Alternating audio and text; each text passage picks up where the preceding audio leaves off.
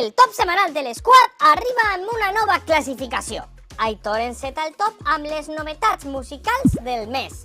Estes són les novetats musicals de maig i juny. El rock de tenda torna a vibrar amb el nou disc que estan preparant. Els 4 valencians que ja compten amb 2 àlbums, EPs i singles sonen molt bé, igual que l'últim single que han tret. Every Night ha obert el mes amb l'EP Els dies de l'oblit, on col·labora amb artistes com la Maria, qui va ser una de les veus de Reacció, el meu grup preferit, segueix estrenant el seu EP en solitari. I és que Quinto està estrenant cançons úniques al panorama valencià. Els qui també ens van mostrant peces del seu nou disc són els Viena, este grup que renaix com el projecte solitari d'Arturo i que per tant torna a les produccions senzilles i calmades, amb lletres més profundes i literàries, l'estil del seu compositor i cantant. Miquel anuncia el seu quart disc. Després de 3 grans obres sentimentals, íntimes i precioses, l'artista català ha anunciat el seu nou treball. A més, ja ha començat a revelar alguna cançó com Mi abuelo Jaume. Açò i moltíssim més. A gaudir de la música!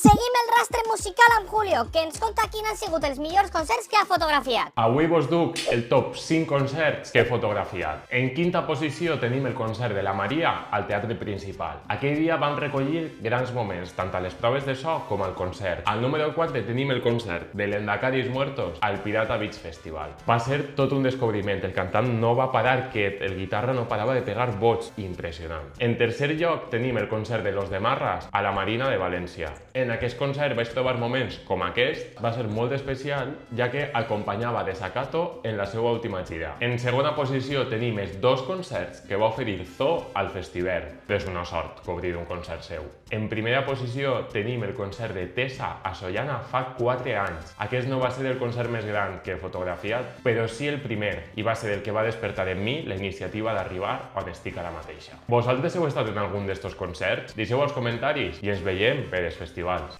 La música no para. Com diria este mazo en valencià? Gina t'ho explica. Com bufar i fer ampolles. Perdoneu, però és que m'heu pillat escoltant un temazo. Sí, eixes cançons que és que no podem deixar d'escoltar, passe el temps que passe. Però espera, vols que t'ho diga en valencià? Una manera de dir temazo en valencià seria temacle. És una fusió entre tema i espectacle.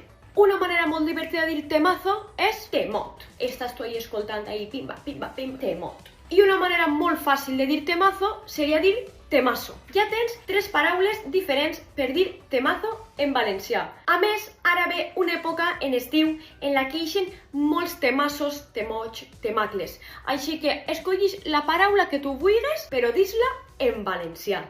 Aprèn a exercitar-te amb Richie. Ja està bé d'estar tombat al sofà. Per a mantenir una vida saludable i conservar-te millor en el pas dels anys, necessites incorporar en el teu dia a dia exercicis de força, que moltes voltes no sabem per on començar. Però tranquil, que això ho apanye jo. Comencem amb 5 minuts de calentament. Mobilitat articular. Braços avant, arrere, puja pels costats, braços en creu, gire. Anem un poc en les caderes, genoll amunt. Tirem cama. Acabem amb els turmells. Flexions obertes, ens centrem en el pit. Baixa i puja. Si juntes les mans al mig, ens centrem en el tríceps. Baixa i puja. Podem fer el caminar amb les mans. Camine. Esquena baixa.